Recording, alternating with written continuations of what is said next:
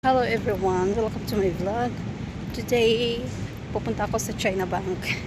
So, inutusan ako. So, nandito ako sa BGC. So, ang pinaka maganda dito sa BGC. Yun, ito yung view ko. Napakaganda ng view ko. Hala, saan na ang China Bank dito, oy? So, ang hirap. Ito yung view. Actually, maganda dito sa BGC. Kung sino man taga BGC, ayan, di ba maganda ang BGC? Yan yung background. Lipong-lipong bang viewers ko nito kasi ko nakatapos ga-video. Malipong-lipong, please, may bank. Mali yung yung turo ng guard sa akin. May bank pala to, hindi pala China Bank to. May bank. Mali yung turo niya. Hala. So ngayon, nagkaligaw-ligaw ako sa bandang China Bank. So, ay, ang ganda ba? Dito tayo sa 32 Street. Kita nyo ba? Oh? Para ako na. Pwede na di ayan. Basta hindi na di ba? Hindi dali. Basta hindi na di pwede. Ayun.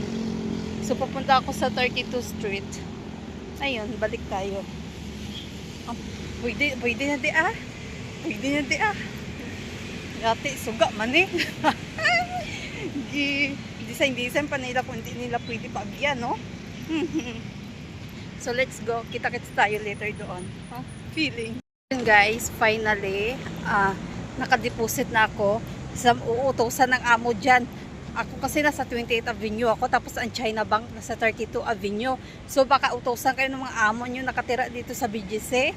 Yung China Bank nasa 32 Street, 9 Avenue. Medyo malayo.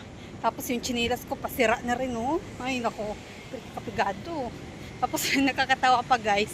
Kasi, habang naglalakad ako, yung isang kamay ko na sa likod.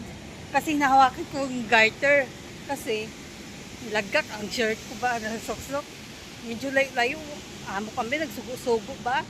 Nagsugo-sugo akong amo. Tapos, ang mga bangko, malapit lang kasi sa 28th Avenue.